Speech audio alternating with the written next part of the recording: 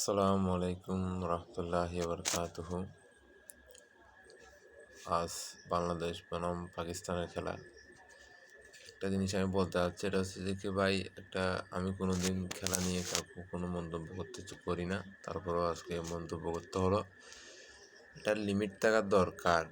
এই জোকার বলে আর কি, জাকির আলী অনিক, তাকে দিয়ে জোর করে ক্যাপ্টেন্সি করানো, তাকে দিয়ে জোর করে উইকেট কিপার করানো, তাকে দিয়ে জোর করে নেতৃত্ব দেওয়ানো, এটা যে বাংলাদেশ ক্রিকেট বোর্ড যে আবারও প্রমাণিত করলো যে বাপ চাচা থাকলে ক্রিকেট বোর্ডে জায়গা পাওয়াটা সহজ, বাপ চাচা না থাকলে ক্রিকেট বোর্ডে জায়গা পাওয়াটা কঠিন।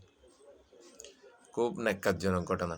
আজকে বাংলাদেশ হারুক জিতুক, এই জিনিসটা নিয়ে আমি খুব আপসেট। আমি কোনোদিন কোনো কিছু বলি না।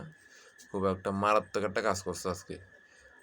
জোর করে আর সোহানের মতো একজন উইকেট কিপার, ভালো একটা ক্যাপ্টেন্সি থাকার পরও চাকরি আলী কেন আমি বেছে নিই, আমি বুঝি না। আমি ডাইরেক্ট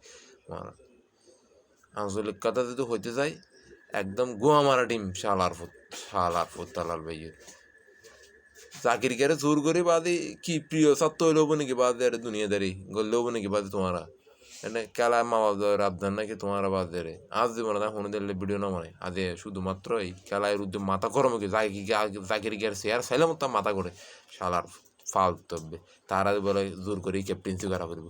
সৈন্যের ক্যাপ্টেন্সি করালে কি হয়? সৈন্য কি খেলা সম্বোধ নাকি এটা? কিন্তু বিদেশে খেলে নিয়ে গ্লোবাল সুপার লিগ ন খেলিতে দুইবার ফাইনাল নো উড়িতে, হ্যাঁ, এদের রংপুরের মধ্যে ক্যাপ্টেন্সি না করে, বড় ডিল না করে, জাকিরকে 2 দিন 15 দিন করে ডেমোস্টিক করে দেয়। কিন্তু এইতে অধিনায়ক করে যোগ্য না রাখে তার বড় মঞ্চ, তার T20 অধিনায়ক দিয়ে শালার বোধ বাদ এটা বাপ চাচা থাকলে ক্রিকেটের মধ্যে স্থান আছে, বাপ চাচা ক্রিকেটের স্থান নাই, এখানে আবার প্রমাণিত করে দিলে ফালতু।